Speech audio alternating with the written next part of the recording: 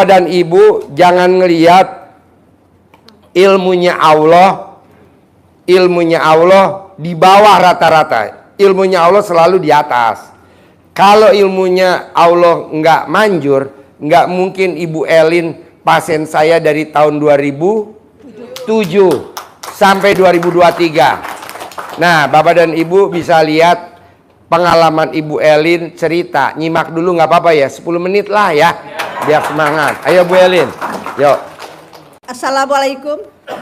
Ya. Assalamualaikum warahmatullahi wabarakatuh.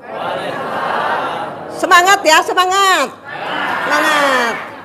Ini 2007 Bu, 2007 Ibu kan di bawah banget masih. Sekarang 2023, harus yakin. Yuk. Bismillahirrahmanirrahim. Alhamdulillah saya bisa mengenal beliau, sangat bersyukur sekali. Karena waktu itu tahun 2007 itu hidup saya sangat terpuruk, sangat lebih terpuruk dari Ibu. Lebih terpuruk. Jauh.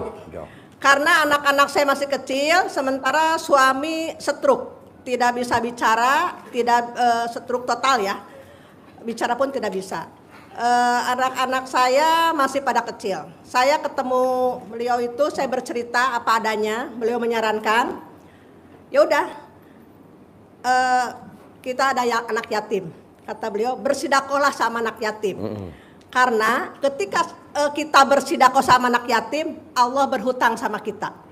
Itu yang saya ingat banget. Setuju gak Bu? Itu istilah saya dulu tahun 2007 ngomongnya begitu. Seperti itu. Ya alhamdulillah. Ulangi lagi. Kayak gimana saya ngomong? Saat itu Pak Haji menyarankan bersidakohlah sama anak yatim. Karena kalau kita bersidakoh sama anak yatim, Allah berhutang sama kita. Setuju? Nah, yang jadi pertanyaan, kapan Allah bayar hutang? Allah bayar hutang ketika kita dalam kesulitan. Ketika kita sangat-sangat membutuhkan, Allah akan bayar hutang. Nah, contoh, saat itu saya curhat sama Pak Haji, karena memang untuk makan juga saya tidak ada, anak-anak masih kecil. Alhamdulillah, ketika saya melakukan apa yang dia sarankan, sholat jangan sampai ditinggalkan tepat waktu, sunat diperbanyak, sedekah diperbanyak, berapapun yang ibu punya bagi dua. Misal contoh 50 buat makan, 50 buat sedekah. Saya lakukan istiqomah Pak, istiqomah. Alhamdulillah sekarang anak-anak saya tuh dia udah jadi sarjana semua. Yang pertama dulu S1-nya di Unpad, S2-nya di UI, S3-nya di UI, dan sekarang dosen di UI sambil kerja di BIN. Nomor 2. Anak kedua ngambil S1-nya di sini di Bogor. Alhamdulillah sekarang kerja di perusahaan minyak di Jakarta. Nomor 3. Yang 3 dulu masih usia 3 tahun ya Pak Haji ya, masih kecil, masih TK. Sekarang ambil S1-nya di UGM, S2-nya di UGM. Alhamdulillah. Apa yang dilakukan Ibu Elin? Dia maksain sedekah. Maksa. Karena hajatnya kan maksa. Ini kebanyakan tamu-tamu RDAY hajatnya maksa, sedekahnya seikhlasnya. Aduh. Apa yang disampaikan sama Pak Haji tadi, kita harus belajar mengikhlas-ikhlas. Maksudnya menerimalah, berlapang dada ya. Atau bahasa sononya legowo. Nah, karena saat itu sakitnya suami itu 7 tahun Bu. 7 tahun itu tidak bisa apa-apa di tempat tidur. 7 tahun nganggur.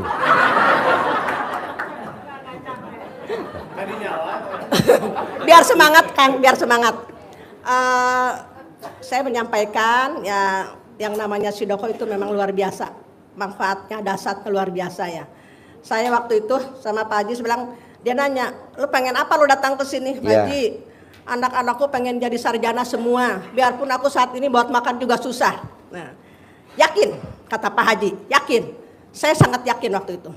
Saya sering pokoknya setiap kesempatan pasti saya surhat sama beliau, karena waktu itu masih belum seperti ini ya Pak Haji ya. Musola. Dulu zamannya masih Kiai Yusuf Mansur, iya, betul. Haji Mandra, Olga Saputra, Chen Kelvin, Billy, Vena Melinda. Masih nggak banyak, kalau sekarang nggak apa-apa banyak. Dulu nggak masjid pun masih kecil. kecil. Kita sholat Pak Kiai Yusuf Mansur datang masih. Cuma berapa? Masuk 20 orang ya Pak Haji yang Ya. sholat itu. Alhamdulillah sekarangnya luar biasa lah, sangat luar biasa. Jadi intinya kita harus belajar berlapang dada, jangan mengeluh. Jangan mengeluh, jangan berburuk sangka sama Allah. Karena waktu itu saya yakin apa yang diajarkan Pak Haji, pasti Allah punya rencana lain. Iya. Nah, ketika anak-anak saya sudah berhasil, anak-anak bercerita, oh iya mah, kalau mungkin saat itu saya hidup serba berkecukupan, mungkin anak-anak tidak seperti sekarang. Karena semua biaya anak-anak saya beasiswa Bu. Karena ini saran dari Pak Haji.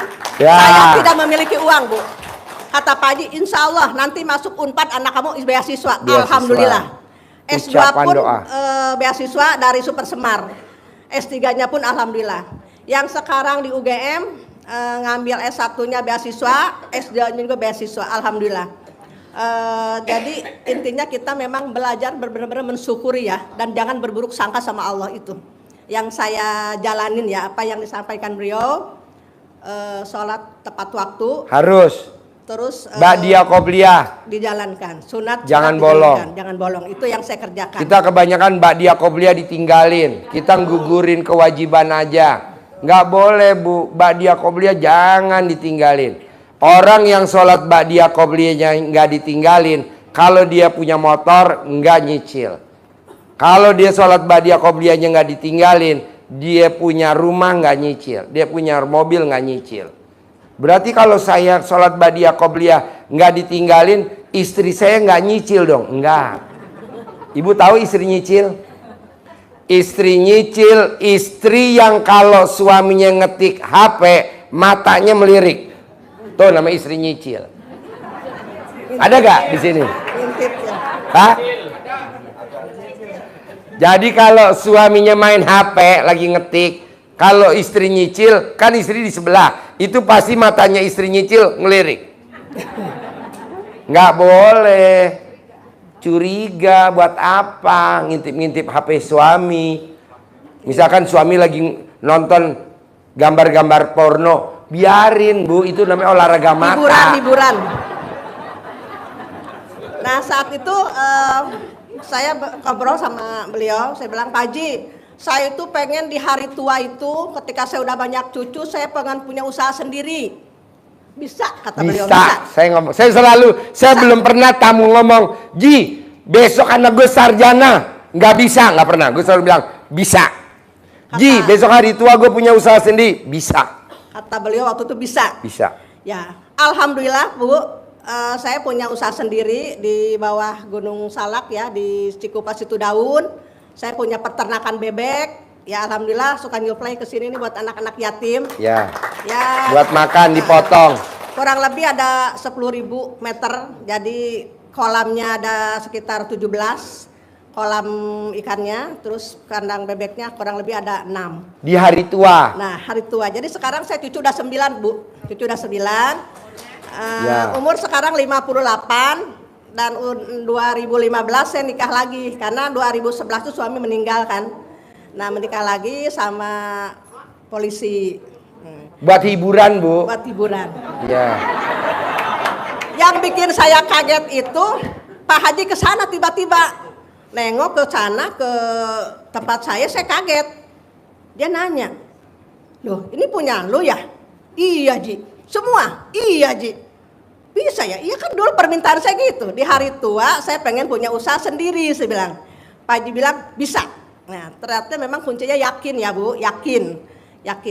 Malahan saya bawa salah satu pegawai saya tuh Pak Adung. Dulu saya pengen punya kolam itu dulu apa? Gade dulu, gade. Gade 3 kolam 30 juta. Terus saya bersidako, terus pengen kebeli itu ya alhamdulillah. Kadarullahnya saya kebeli. Ya. Jadi memang yang namanya sidako itu dilakukan dengan istiqomah ya Bu ya. Dengan istiqomah dan terus kita yakin yang ilmu yang 18 itu mungkin Ya. 18 tahu kan? Jangan Nggak boleh jengkelan, mancing jengkel, kepancing jengkel, bawel, cerewet, cemberut, mikir, komen, jutek, ketus, semburuan. Apal kan? Harus apa? Harus hafal. Itu sifat 18. Jadi kalau orang masih punya sifat 18, nggak bakal hajatnya terkabul. Terkabul juga lemot. Pun terkabul punya motor, motor cicilan. Terkabul punya mobil, mobil cicilan. Terkabul punya rumah, rumah cicilan. Jangan dong.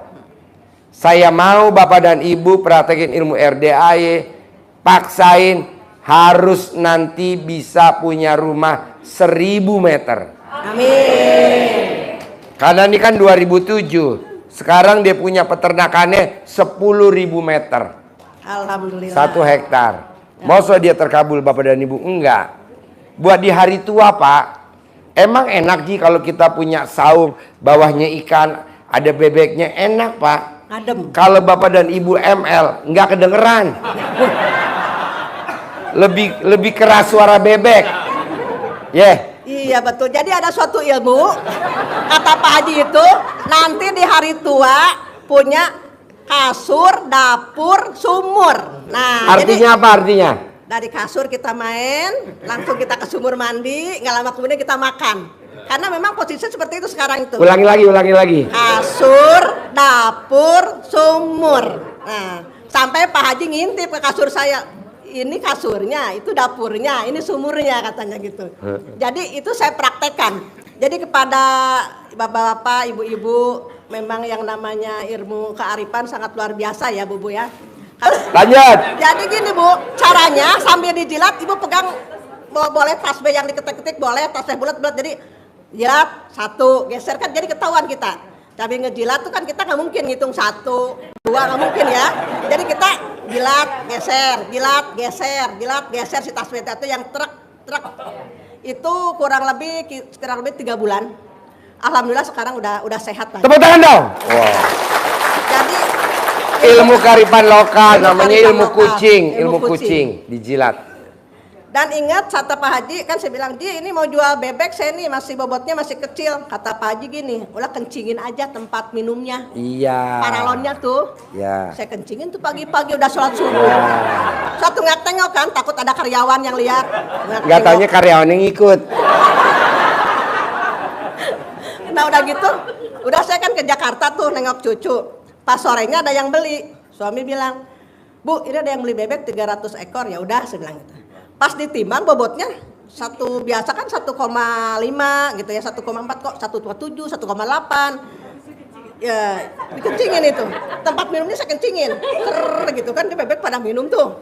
Jadi mungkin udah campur air kencing saya. Apa aja Bu, mau miara ikan, mau miara bebek, mau miara ayam, mau miara apa aja, itu ilmu kearifan lokal kita zaman dulu. Jadi nenek kita dulu kalau miara, kalau ayamnya mau dipotong, biasa diaduk tuh dedeknya, makanannya tuh atau nasinya dedek pakai itu. Nanti gemuk. Makanya kalau ibu nanti suaminya kurus pakai itu.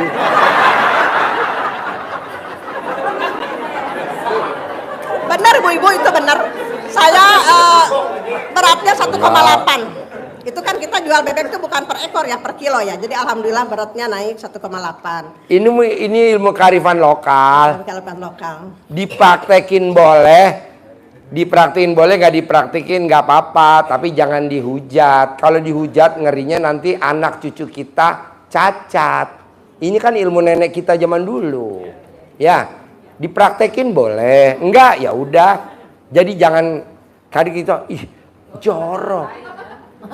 Enggak lah, dipraktekin boleh, enggak apa-apa. Orang di ilmu zaman dulu. Dan ibu-ibu gini nih, saya tidak pernah mengenal salon dan saya tidak pernah mengenal bedak. Saya cukup dengan celana dalam. Coba lihat wajahnya, Mah, disut man, mukanya man. Saya tidak memakai bedak dan tidak pernah yang namanya apa? Krim. Bukan apa sih? Pesal saya nggak pernah. Jadi saya pakai celana dalam. Yang bekas dipakai itu nih, tadi pagi saya aktivitas tuh, nanti kan sore saya mandi. Ya kita saya nggak jijik. Nah itu dielapin ke muka, dielapin 1, 2, 3. Terus yang sini 1, yang ini semua aja yang ada keriput-keriput. Yang ada keriputnya. Jadi saya lakukan terus-menerus, istiqomah juga. Jangan digesek. Jangan digosok Bu, jangan. Kalau ibu mau digosok jangan pakai celana dalam, tapi pakai amplas.